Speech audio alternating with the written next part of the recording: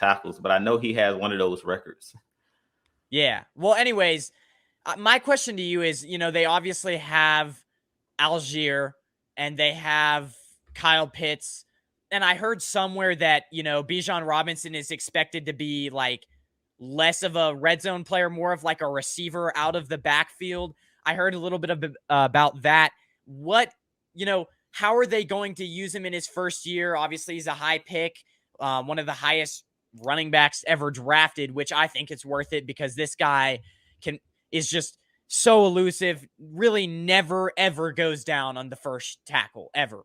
Obviously played for Texas, running back from Texas. So, how are they going to use him in his first year with all the weapons that they have? Because this offense is a very underrated offense that's going to break out this year if everything goes right. Yeah, I definitely agree. Like Bijan Robinson, first off, let me tell you this. Like before the draft, we all do our little pre-draft, players, Right. we do our prospect videos and things of that nature. And I was one of those guys that really didn't want the Falcons to take a running back this high. I did want us to go after like an edge rusher or a defensive lineman because we struggled as far as getting pressure on the quarterback. We struggled last season. I believe only had 21 sacks, and we've kind of been in the bottom half or the bottom of the league when it comes to getting pressure on the quarterback and getting sacks. But Bijan Robinson, I really like him for this Atlanta Falcons team because of his versatility. Arthur Smith, if you know, he did coach with the Tennessee Titans, where he was their offensive coordinator prior to being the Falcons head coach. And we know what he did with Derrick Henry. If you go take a look, Derrick Henry rushed for over 2,000 yards, was dang near MVP candidate, all of those seasons that Arthur Smith was their offensive coordinator. So it wasn't shocking to me that the Atlanta Falcons went with Bijan Robinson. And I definitely think in his first year, you're going to see him all over the place. And I really think that that's the reason why they drafted Bijan Robinson, is because Arthur Smith doesn't really look at him mainly as just a running back. They look at him as an offensive weapon. And if you're an Atlanta Falcons fan, or if you've watched the Atlanta Falcons, if you're a fan of another team, he's going to be used similar to how we use Cordero Patterson. If you've watched the Falcons over the last 2 years with Arthur Smith as our head coach, he basically uses Cordero Patterson kind of like that Swiss Army knife, where he's not only a kickoff returner, not only a wide receiver, but also a running back.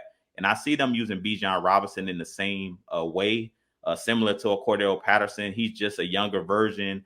And I definitely think in his first season, he's going to be able to do big things because we have so many weapons. As you mentioned, we're a very young offense, but I do think that this Atlanta Falcons team this year is going to surprise a lot of people because of, all of the weapons that we have. I really think it's going to be hard to focus in, even though everybody knows we got Bijan Robinson, because of the Kyle Pitts, the Drake Londons, and the list goes on and on. All the guys that we have, the Jonnu Smiths, who we picked up in the offseason, Tyler Allgeier, who kind of broke out in his rookie year with over 1,000 yards rushing. You can't really focus on one player. And I really think that that's going to benefit a player like Bijan Robinson, where he's not going to have that pressure that normal, first round picks have, that if you're drafted that high, usually you got to come in that first year and, set the league on fire. And in this instance, I really don't think that Bijan Robinson is necessarily going to have that weight on his shoulders because he has Tyler Allgeier and also Cordero Patterson in the backfield with him. So I really think that he kind of can just ease his way kind of on his first year. He's not going to have to carry the load. So I definitely think he's going to have a good season. It's good because I feel like with Saquon Barkley in his first 2 years, that was really what got him injured. They were trying to force feed him a little bit. Now it's like, imagine Kyle Pitts and Drake London both go deep or something like that. And then you roll out Bijan Robinson and you have him one-on-one with a linebacker. This guy, I have the number right here. He missed, let's see here. He missed 104 tackles on last season with Texas. Obviously, my only concern with him is kind of getting used to, because he obviously played in the Big 12. My only concern is getting used to like the speed and the size of the NFL.